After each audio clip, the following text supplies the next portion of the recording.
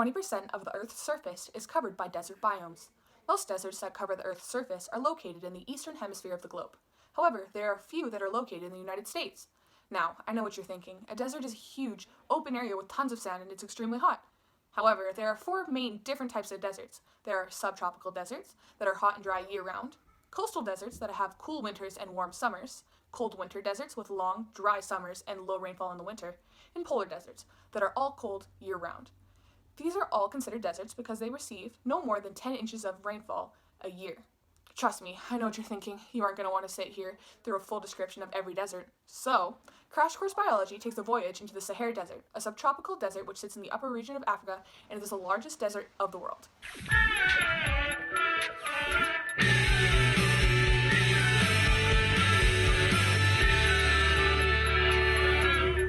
Hi, I'm Eden Cade, and yes, I know I'm not John Green. I hate to break it to you guys, but John couldn't make it today due to an unexpected fact of a cow breaking into his house, and now he's waiting for the insurance guy and somebody to come get rid of the cow. So, unfortunately for you, you're stuck with me. Let's start by getting to know a little bit about the Sahara Desert. Well, this desert has a lot more than just high temperatures and a ton of sand. The Sahara is what it is due to abiotic and biotic factors. What's biotic and abiotic?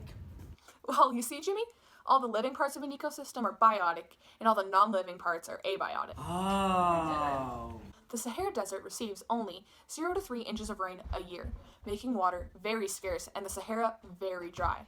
The Sahara has a very hot climate and receives the greatest amount of sunlight on Earth, ranging from 86 degrees Fahrenheit to 122 degrees Fahrenheit.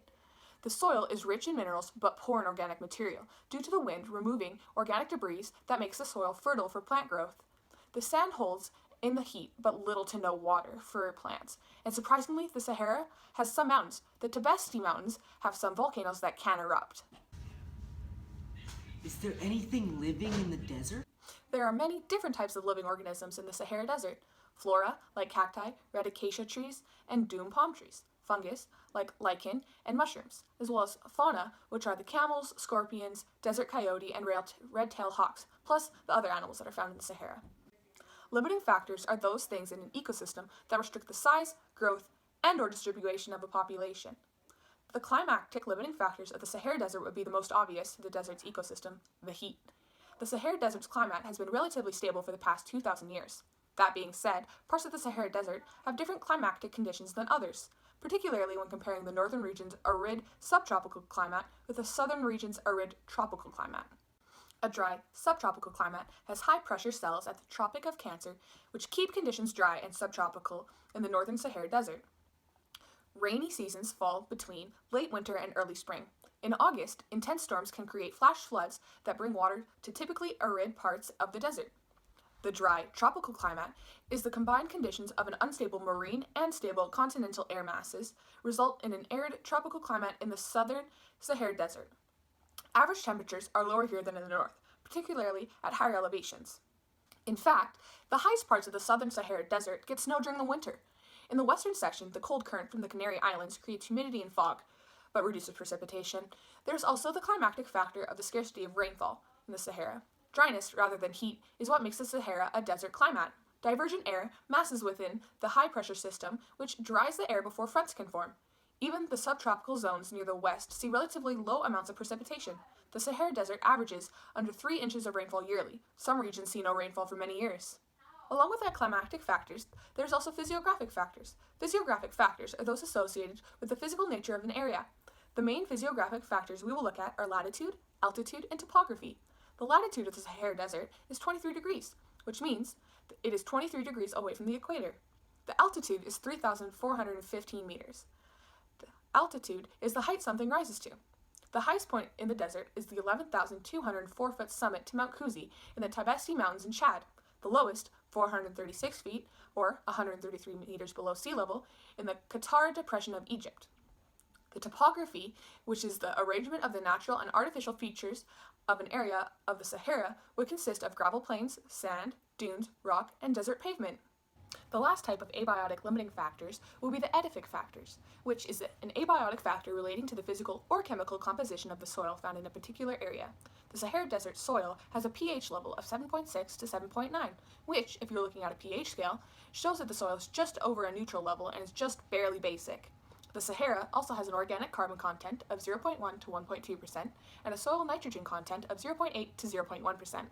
Desert soil is mostly sandy soil, 90 to 95% found in low rainfall regions. It has a low content of nitrogen and organic matter with very high calcium carbonate and phosphate, thus making it infertile. The amount of calcium is 10 times higher in lower layer than in the topsoil. Jimmy, do you remember us talking about abiotic and biotic? Biotic is living and abiotic is non-living. Well, after talking about all of our abiotic factors, now I should probably catch you guys up with the biotic limiting factors of the Sahara Desert, starting off with the symbiotic relationships. First, there's mutualism. A mutualism example in the Sahara would be the Nile crocodile and the Egyptian plover. The crocodile opens its mouth for the bird to come feed on the leeches in the blood of the crocodile. The plover gets food and the crocodile is saved from the leeches. Secondly, there's commensalism, which in the Sahara could consist of a cactus wren and the cactus. The cactus wren, a bird, benefits from the cactus by building a nest around the cactus, protecting its young. The cactus is not affected by or damaged by the cactus wren. Lastly, there's parasitism. Some examples of parasitism in the Sahara would be the desert mistletoe and the willow tree. The desert mistletoe grows on the desert willow tree, and it extracts the nutrients and minerals from the willow tree, causing the tree to eventually die. Along with biotic limiting factors, there is also predator and prey. Some examples of predator-prey in the desert would be desert coyotes preying on pocket mouse, sandy rat preys on kangaroo rat, as well as hawk preys on lizards. All of these factors have an effect on the carrying capacity of the organisms. The populations of organisms are determined by the variety of biotic and abiotic factors. Lack of food and water contributes to the carrying capacity. Carrying capacity is the total number of organisms that a particular environment can support or carry. Deserts have a low carrying capacity because they do not have a lot of water and resources. However, a desert carrying capacity for plants that need little water is very high. Now, some of these living organisms are regulated in the density-dependent process due to the density of the population. Some factors of density dependent in the Sahara would be predation, food availability, diseases, outbreak, parasitism, introduction of exotic species, as well as interspecific and intraspecific competition. However, not all of these organisms are density dependent. They could be density independent, which means numbers of a population are limited and reduced regardless of how many are living there during that time. Some factors that could reduce the populations could be temperature, because whenever the temperature increases or decreases drastically, it takes a toll on the population of species. Many species migrate to more favorable regions, limiting both the number of species and their population. Precipitation is another, because only a few plants and animals adept at surviving in areas with such scant precipitation. Some other examples could be sunlight, natural disasters, including sandstorms, earthquakes, fires, flooding, and destruction of habitat.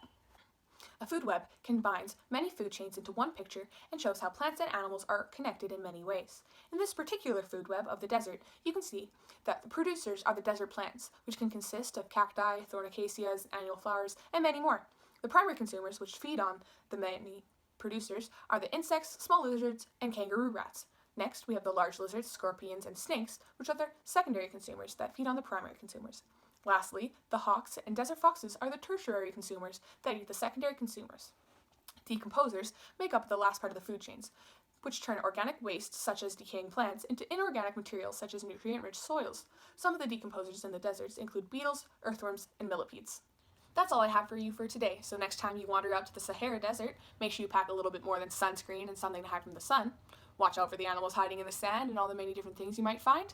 And hopefully John will be back next time with his house fixed and the cow back where it needs to be.